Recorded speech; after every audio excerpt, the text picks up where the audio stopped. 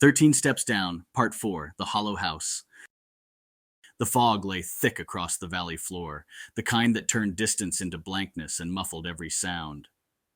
Rowan had been walking since before dawn, following a faint trail that had dissolved hours ago.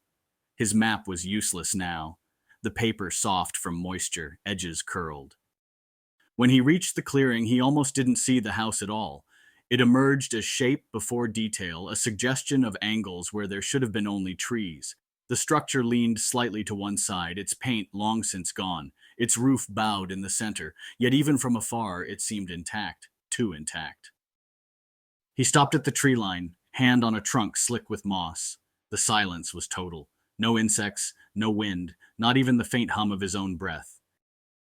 Then, somewhere beneath it all came the quietest sound, a single drip. Water, maybe, or something else. Rowan adjusted the strap of his pack and stepped into the clearing. Each movement seemed to disturb the air around him, not in sound, but in weight. The grass bent beneath his boots, and he felt it resist, as though the earth were reluctant to let him pass. The house waited ahead, 2 stories of weathered wood and blackened windows. The porch sagged but held. Its boards were dark with old rain. When he touched the railing, it was warm.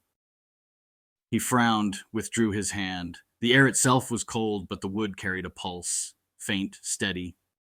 He tried the front door. It opened without sound. Inside, light drifted in broken shafts through the windows. Dust hung in the air, moving in patterns too slow to be natural, as though stirred by breath instead of air. Rowan called out once. "Hello?" Then again. His voice didn't echo. It stopped a few feet away, absorbed into the stillness. He stepped further in. The smell was strange. Not rot, not mold, but old wood and something sweet, faintly metallic, like a coin held too long in the palm.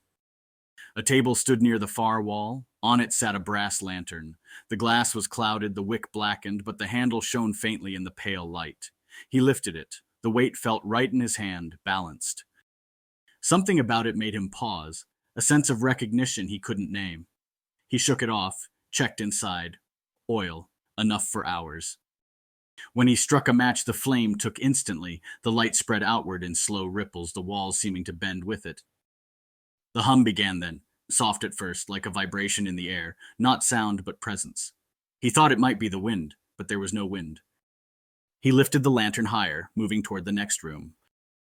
The floorboards beneath his feet groaned, low and deep, not random, rhythmic. 13 times he heard it before it stopped.